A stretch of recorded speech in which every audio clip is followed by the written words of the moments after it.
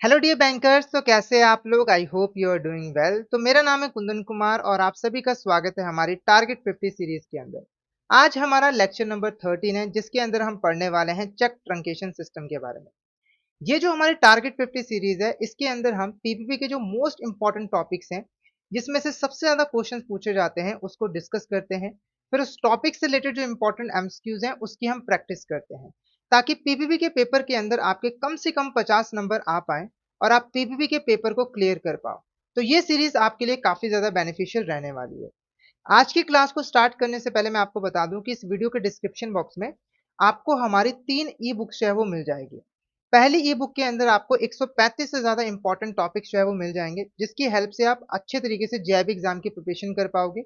दूसरी ई बुक के अंदर आपको प्रीवियस ईयर क्वेश्चंस मिल जाएंगे सॉल्यूशन के साथ, जिससे आपको एक अंदाजा हो जाएगा कि जेईई एग्जाम के अंदर किस तरह के क्वेश्चंस पूछे जाते हैं। तीसरी ई बुक के अंदर आपको 1200 इंपॉर्टेंट एमसीक्यूज मिल जाएंगे प्रैक्टिस के लिए।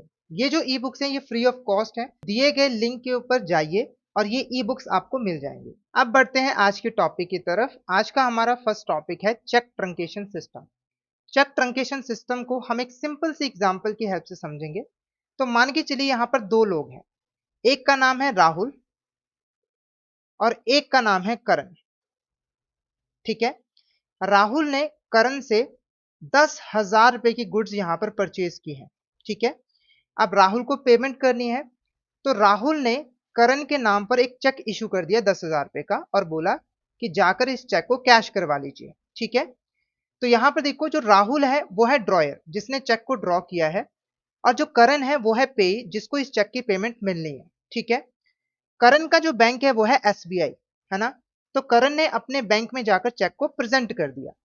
अब ये जो एसबीआई है ये है प्रेजेंटिंग बैंक या फिर इसको आप कलेक्टिंग बैंक भी कह सकते हो, जो कि चेक की अमाउंट को कलेक्ट करेगा। ठीक है, अब ये जो प्रेजेंटिंग बैंक है ना इसने अपने कैप्चर सिस्टम के थ्रू फिजिकल चेक की इमेजेस जो है वो कैप्चर की।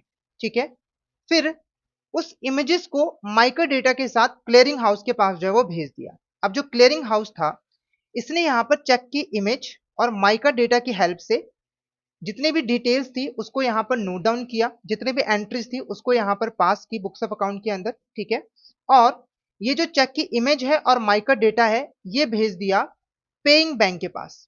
ठीक है, मान के चलिए कि जो ड्रॉयर है यानी कि राहुल है उसका बैंक है आईसीआईसी बैंक, ये पेइंग बैंक है जिसको इस चेक की पेमेंट करनी है। ठीक है, इसको हम ड्रॉई बैंक भी कह सकते हैं। अब ये जो पेइंग बैंक थी इसने यहाँ पर चेक की इमेज और माइक्रो डेटा से ही सारी डिटेल्स को वेरीफाई किया, जैसे कि जो ड्रॉयर है उसका नाम, है ना, उसके सिग्नेचर और अकाउंट में जो बैलेंस पड़ा हुआ है उसको चेक किया। ठीक है, सब कुछ ठीक होने के बाद जो ड्रॉइंग बैंक है यानी कि जो पेइंग बैंक है उसने यहाँ पर पेमेंट जो है वो कर दी और पे के अकाउंट में जो है वो पैसे आ गए। ठीक है, यानी कि इसने पैसा दिया इसको, फिर इसने इसके अकाउंट में पैसा जो है वो क्रेडिट कर दिया। ठीक है, तो ये जो चेक को क्लियर करने का सिस्टम है इसी को हम चेक ट्रंकेशन सिस्टम जो है वो कहते हैं। चेक ट्रंकेशन सिस्टम के अंदर जो चेक क्लियरिंग की प्रोसेस होती है ना उसके अंदर फिजिकल चेक की मूवमेंट नहीं की जाती है, बल्कि फिजिकल चेक की जो इमेज है वो कैप्चर कर ली जाती है, फिर उसको एक जगह से दूसरी जगह जो है वो भेजा जाता है और उसी की हेल्प से चेक को क्लियर भी कर दिया जाता है। ठीक है, पहले क्या होता था, पहले के जमाने में फिजिकल चेक पेई ने दिया प्रेजेंटिंग बैंक को, प्रेजेंटिंग बैंक फिजिकल चेक भेजती थी क्लियरिंग हाउस के पास, फिर क्लियरिंग हाउस फिजिकल चेक भेजती थी आईसीआईसी बैंक के पास। तो इसमें टाइम भी लगता था, साथ के साथ क्या होता था कि चेक के गुम होने का खतरा भी ज्यादा बढ़ जाता था। तो इस प्रॉब्लम को दूर करने के लिए चेक ट्रंकेशन सिस्टम को लेकर आया गया। ठीक है, तो आरबीआई ने सीटीएस को जो है वो इंट्रोड्यूस किया था, है ना, ताकि जो इंटर बैंक चेक्स की क्लियरिंग है वो ऑटोमेटिक तरीके से हो पाए बिना फिजिकल चेक की मूवमेंट के। ठीक है, इमेज की हेल्प से ही यहाँ पर चेक को क्लियर जो है वो कर दिया जाता है इस सिस्टम के अंदर। ओके, तो सीटीएस के अंदर चेक को क्लियर किया जाता है चेक की इलेक्ट्रॉनिक इमेज और माइक्रो डेटा के बेस पर। 3 इमेजेस जो है वो कैप्चर की जाती है चेक की सीटीएस सिस्टम के अंदर। पहले फ्रंट साइड की ग्रे स्केल के अंदर, फिर फ्रंट साइड की ब्लैक एंड व्हाइट के अंदर, फिर बैक साइड की ब्लैक एंड व्हाइट के अंदर। ठीक है, उसके बाद negotiable instrument act IT act bankers books evidence act में कुछ यहाँ पर चेंजेस किए गए, अमेंडमेंट किए गए, ताकि जो सीटीएस है चेक ट्रंकेशन सिस्टम है इसको यहाँ पर सपोर्ट किया जा सके। ठीक है, क्योंकि देखो जो इलेक्ट्रॉनिक इमेज है उसको सपोर्ट करने के लिए इन एक्ट्स में अमेंडमेंट्स करनी जरूरी थी। ओके, ये जो चेक ट्रंकेशन सिस्टम है ना, ये 1 फरवरी 2008 से फुली ऑपरेशनल हो गया था और इसने जो ओल्ड माइकर बेस्ड सिस्टम था ना चेक को क्लियर करने का, उसको रिप्लेस कर दिया था। 4 अक्टूबर 2025 से आरबीआई ने continuous clearing and settlement system जो है वो इंट्रोड्यूस किया चेक ट्रंकेशन सिस्टम के अंदर, जहां पर बैच प्रोसेसिंग की बजाय कंटिन्यूस बेसिस के ऊपर चेक्स को क्लियर किया जाने लगा। यानी कि अब जो चेक्स है ना वो सेम डे ही क्लियर हो जाते हैं। ठीक है, तो ये जो सिस्टम इंट्रोड्यूस किया गया था, इसके अंदर प्रेजेंटेशन सेशन रखा गया और कंफर्मेशन सेशन रखा गया। प्रेजेंटेशन सेशन के अंदर चेक को प्रेजेंट करना होता था, तो ये जो टाइम था वो 9 AM से लेकर 3 PM तक का था, यानी कि 9 AM से लेकर 3 PM। ठीक है, और जो कंफर्मेशन सेशन था वो था 9 AM से लेकर 7 PM। ठीक है, अगर सारी चीजें सही रहती है तो सेम डे चेक जो है वो क्लियर हो जाता है। अब सीटीएस के कैरेक्टरिस्टिक्स की अगर हम बात करें तो देखो, जब हम एक फिजिकल चेक की यानी कि पेपर चेक की इलेक्ट्रॉनिक इमेज कैप्चर करते हैं, तो वो जो इलेक्ट्रॉनिक इमेज है उसी को हम यहाँ पर ट्रंकेटेड चेक जो है वो कहते हैं। ठीक है, अब ट्रंकेशन कौन कर सकता है, तो देखो जो बैंक या फिर जो क्लियरिंग हाउस है जो कि चेक क्लियरिंग प्रोसेस के अंदर इन्वॉल्व है, वही यहाँ पर सिर्फ चेक को ट्रंकेट कर सकते हैं, यानी कि फिजिकल चेक की इलेक्ट्रॉनिक इमेज कैप्चर कर सकते हैं। अगर एक पेई है ना, अगर पेई कह रहा है कि भाई मैं यहाँ पर पेपर चेक सबमिट नहीं करवाऊंगा, मैं उसकी इमेज कैप्चर करके बैंक को दे दूंगा, तो ऐसा पॉसिबल नहीं है। या फिर जो ड्रॉयर है वो कह रहा है कि मैं आपको पेपर चेक नहीं दूंगा, मैं आपको चेक की इमेज कैप्चर करके दे दूंगा, ऐसा नहीं है। ट्रंकेशन सिर्फ और सिर्फ बैंक्स और क्लियरिंग हाउस ही कर सकते हैं और कोई नहीं। ओके, उसके बाद पेपर चेक की कस्टडी किसके पास रहती है, तो देखो ट्रंकेशन के बाद जिस बैंक या क्लियरिंग हाउस ने चेक ट्रंकेशन किया होता है, यानी कि चेक की इमेज कैप्चर की होती है, वही अपने पास पेपर चेक को रखता है अपनी कस्टडी के अंदर सेफ तरीके से। जो बैंक यहाँ पर चेक को ट्रंकेट करता है ना, उसके लिए ऑप्शनल होता है कि वो यहाँ पर इमेज के साथ ना अपना डिजिटल सिग्नेचर भी ऐड कर दे, इससे ना जो सिक्योरिटी है वो यहाँ पर इनहांस हो जाती है, पर ये टोटली ऑप्शनल है। ओके, और जो फिजिकल चेक है ना उसको टोटली सब्स्टिट्यूट कर दिया जाता है, यानी कि चेक क्लियरिंग प्रोसेस के अंदर कहीं पे भी हमें पेपर चेक की जरूरत जो है वो नहीं पड़ती है, सारा काम इलेक्ट्रॉनिक इमेज से ही हो जाता है। ठीक है, नेक्स्ट टॉपिक है अप्रोच टू सीटीएस। तो देखो जो सीटीएस है वो ग्रिड बेसिस के ऊपर ऑपरेट करता है। इस सिस्टम के अंदर पूरे देश को ना 3 रीजन्स में डिवाइड किया गया है, नॉर्दर्न ग्रिड, साउदर्न ग्रिड और वेस्टर्न ग्रिड। ठीक है, हर ग्रिड के पास अपना खुद का एक क्लियरिंग हाउस है। ठीक है, जैसे नॉर्दर्न ग्रिड का जो क्लियरिंग हाउस है वो दिल्ली में है, साउदर्न ग्रिड का चेन्नई में और वेस्टर्न ग्रिड का मुंबई में। ठीक है, अब देखो अगर नॉर्दर्न ग्रिड में कोई भी चेक आता है ना, तो उसको दिल्ली के क्लियरिंग हाउस में ही क्लियर जो है वो किया जाएगा, यानी कि सेंट्रलाइज सिस्टम को फॉलो जो है वो किया जाता है, यानी कि एक ग्रिड अपने जुरिडिक्शन के अंदर सारे के सारे चेक्स को क्लियर करता है। ठीक है, अगर मान के चलिए कोई चेक है ना, मान लीजिए कि यहाँ पर जो ड्रॉई बैंक है और जो यहाँ पर कलेक्टिंग बैंक है वो नॉर्दर्न ग्रिड के अंदर आते हैं। ठीक है, तो चेक की जो मूवमेंट होगी वो नॉर्दर्न ग्रिड के अंदर ही रहेगी। ठीक है, तो इसको हम लोकल चेक कहेंगे। अगर मान के चलिए कि जो ड्रॉई बैंक है वो नॉर्दर्न ग्रिड के अंदर आता है और जो कलेक्टिंग बैंक है वो साउदर्न ग्रिड के अंदर आता है, तो चेक की मूवमेंट जो है वो साउदर्न ग्रिड से नॉर्दर्न ग्रिड में होगी, तो इसको हम आउट स्टेशन चेक जो है वो कहते हैं। ठीक है, अगर हम पार्टिसिपेंट्स की बात करें तो देखो सबसे पहले आते हैं मेंबर बैंक, है ना, ये क्लियरिंग हाउस के डायरेक्ट मेंबर्स होते हैं। ठीक है, और ये अपने चेक्स जो है क्लियरिंग हाउस के थ्रू क्लियर करवाते हैं। उसके बाद है सब मेंबर बैंक्स, ये जो है क्लियरिंग हाउस के मेंबर्स नहीं होते हैं, बल्कि ये अपने चेक्स जो है वो मेंबर बैंक्स के थ्रू जो है वो क्लियर करवाते हैं। उसके बाद है इनडायरेक्ट मेंबर्स, देखो इनडायरेक्ट मेंबर्स भी क्लियरिंग हाउस के मेंबर्स नहीं होते हैं, है ना, ये भी अपने चेक्स जो है वो मेंबर्स बैंक के थ्रू ही क्लियर करवाते हैं, पर इनका खुद का अपना एक सेपरेट सेटलमेंट अकाउंट जो है वो होता है। ओके, नेक्स्ट टॉपिक है पॉजिटिव पे सिस्टम।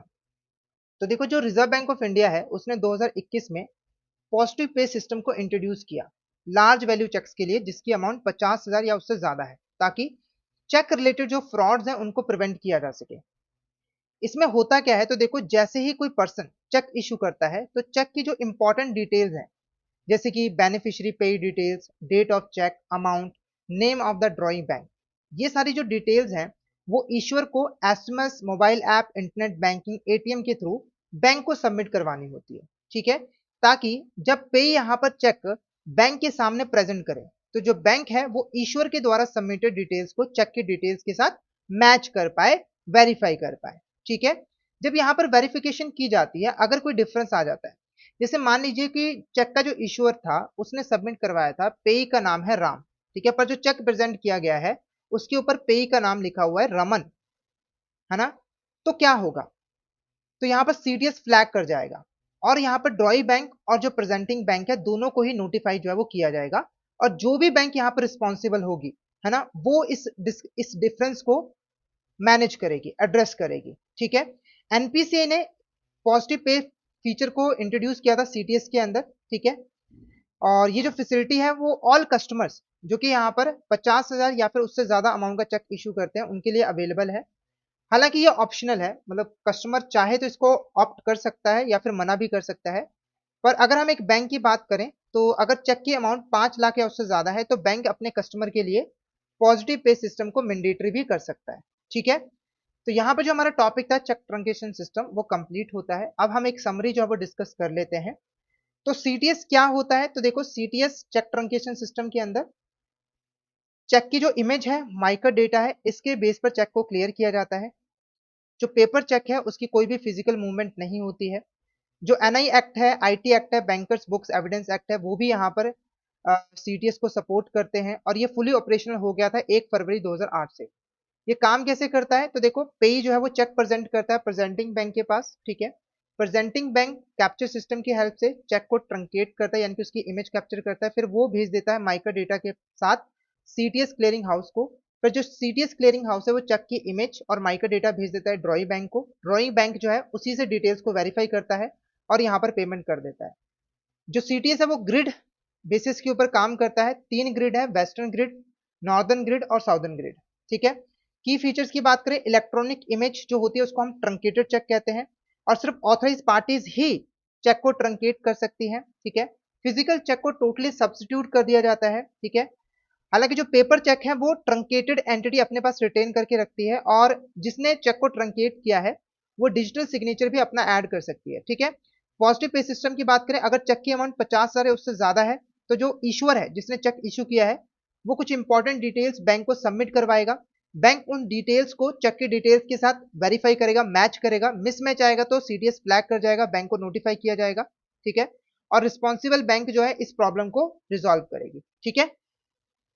अब इससे रिलेटेड जो क्वेश्चंस हैं उसको हम यहाँ पर डिस्कस कर लेते हैं। तो देखो first question, under the regulatory provisions issued by Reserve Bank of India and provisions of the Negotiable Instrument Act 1881, what is the mandatory minimum statutory retention period for which physical paper check truncated during the CTS clearing process must be preserved safely by the presenting bank? देखो अगर यहाँ पर presenting bank है ना check को truncate करती है, यानी कि उसके पास पेपर चेक आया है ना, प्रेजेंटिंग बैंक ने अपने कैप्चर सिस्टम के थ्रू इसकी इमेज कैप्चर की, ठीक है। अब क्या होगा, ये जो पेपर चेक होगा प्रेजेंटिंग बैंक अपने पास रिटेन करके रख लेगा, ठीक है। अब क्वेश्चन पूछ रहा है कि आरबीआई के जो रूल्स हैं और जो नेगोशिएबल इंस्ट्रूमेंट एक्ट है उसके प्रोविजंस के अकॉर्डिंग प्रेजेंटिंग बैंक को ये पेपर चेक अपने पास कितने टाइम पीरियड के लिए मिनिमम होल्ड करके रखना होगा। पहला देखो 3 years from the date of presentation in the clearing, या फिर 5 years, या फिर 10 years, या फिर 7 years। जल्दी से इस क्वेश्चन का करेक्ट आंसर बताइए। इस क्वेश्चन का करेक्ट आंसर आपको क्या लग रहा है, क्या होगा इस क्वेश्चन का करेक्ट आंसर, जल्दी से बता दीजिए। तो इस क्वेश्चन का जो करेक्ट आंसर रहेगा वो रहेगा option C, 10 years from the date of presentation in clearing. Okay, next question की बात करते हैं, which of the statement is not correct regarding the positive pay system. तो कौन सी ऐसी स्टेटमेंट है जो कि पॉजिटिव पे सिस्टम के रिगार्डिंग करेक्ट नहीं है। पहला देखो, positive pay system was officially introduced by the Reserve Bank of India in January 2021 to secure large value checks against fraud। तो ये स्टेटमेंट यहाँ पर बिल्कुल करेक्ट है, बिल्कुल करेक्ट है कि भाई इसको रिजर्व बैंक ऑफ इंडिया ने इंट्रोड्यूस किया था जनवरी 2021 के अंदर, ठीक है। अब देखो हम फ्रॉड को कैसे प्रिवेंट कर पाते हैं, अगर मैं थोड़ा सा ये आपको समझाना चाहूँ तो अगर मान के चलिए कि यहाँ पर एक ए पर्सन है, ठीक है, उसने एक चेक को फोर्ज किया है, यानी कि उसने एक चेक बनाया है ना बी के नाम पर, मतलब कि बी यहां पर कौन है, अकाउंट होल्डर है ना, और इसने जो है बी के नकली साइन किए चेक के ऊपर और खुद को पेई बनाया और बैंक में जाकर चेक डिपॉजिट करवा दिया, ठीक है। अब लग रहा था कि ये चेक बी ने ही इशू किया है क्योंकि इसके ऊपर बी के साइन थे और चेक भी इसी के अकाउंट का था, ठीक है, पर एक्चुअली में बी ने चेक इशू नहीं किया था, ठीक है। तो अगर ये वाला सिस्टम फॉलो किया जा रहा है पॉजिटिव पे सिस्टम, तो अगर मान लीजिए इसने कोई भी जो डिटेल्स है वो सबमिट नहीं करवाई है क्योंकि इसने तो चेक इश्यू नहीं किया है तो ये तो डिटेल सबमिट करवाएगा ही नहीं, तो बैंक इससे कॉल करके पूछेगा कि बताइए कि आपने क्या ये चेक इशू किया है। अगर ये बोलेगा कि नहीं मैंने तो इशू नहीं किया है, तो बैंक इस चेक की पेमेंट जो है वो नहीं करेगा। इससे जो फ्रॉड है वो यहाँ पर प्रिवेंट हो जाएगा। ठीक है, अगर कोई मान के चलिए कि अमाउंट को चेंज कर देता है या पेई का नाम चेंज कर देता है तो वो भी पकड़ा जाता है।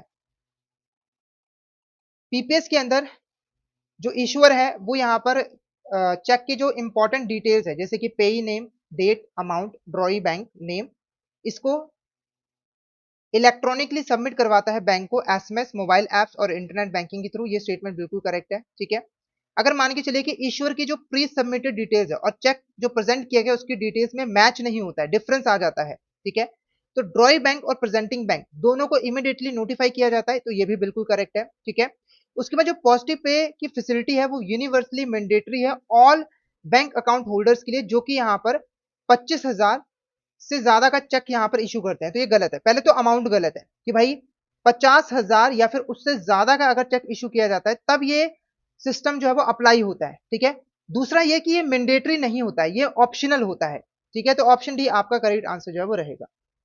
ओके, अब एक मैच दी कॉलम क्वेश्चन है जो कि आपको सॉल्व करना है। तो यहाँ पर चेक ट्रंकेशन सिस्टम के फीचर्स दिए हुए हैं, आपको करेक्ट मैच करना है। सबसे पहले मेंबर्स बैंक्स की बात करते हैं। तो ये डायरेक्ट पार्टिसिपेंट्स होते हैं क्लियरिंग हाउस के। ठीक है, और ये खुद अपने चेक्स को क्लियर करते हैं। ठीक है, क्लियरिंग हाउस के द्वारा। तो इसको मैं मैच करूंगा 2 के साथ। नेक्स्ट है सब मेंबर बैंक्स। ठीक है, तो ये ऑथराइज क्लियरिंग एंटिटीज होती हैं जो कि मेंबर बैंक्स के थ्रू अपने इंस्ट्रूमेंट्स को क्लियर करवाती हैं। उसके बाद इनडायरेक्ट मेंबर्स। ठीक है, तो इनके ना सेपरेट सेटलमेंट अकाउंट्स होते हैं और ये अपने जो इंस्ट्रूमेंट्स हैं वो मेंबर बैंक के थ्रू क्लियर करवाती हैं। तो इसको हम 3 के साथ मैच करेंगे। ग्रिड बेसिस अप्रोच की बात करें तो इस अप्रोच के अंदर पूरे देश को 3 हिस्सों में जो है वो डिवाइड किया गया है। हर ग्रिड के पास अपना एक क्लियरिंग हाउस है। तो करेक्ट आंसर क्या रहेगा? Option A is the correct answer. Option A is the option A आपका यहाँ पर करेक्ट आंसर रहेगा।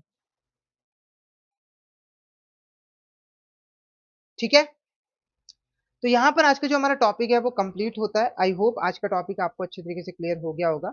अगर आप जेईई एग्जाम की प्रिपरेशन अच्छे तरीके से करना चाहते हो तो आप हमारे कोर्स में जो है वो एनरोल कर सकते हो। हमारे कोर्स में एनरोल करने के लिए आपको हमारी वेबसाइट के ऊपर आना होगा edutap.in। वहां पर आपको कोर्सेज वाले सेक्शन के अंदर जेईई कोर्सेज के ऊपर क्लिक करना होगा। जैसे आप क्लिक करोगे आपको हमारे जेईई के कोर्सेज दिखने लग जाएंगे। जैसे कि अगर आप लाइव क्लासेस के थ्रू प्रिपरेशन करना चाहते हो तो आप हमारे लाइव क्रैश कोर्स बैच 1 में एनरोल कर सकते हो, जहां पर आपको 60 लाइव क्लासेस के थ्रू जेईई एग्जाम की प्रिपरेशन करवाई जाती है। लाइव क्लासेस के साथ साथ आपको concept notes, solved previous year questions, chapter wise mock test and full length mock test मिल जाते हैं।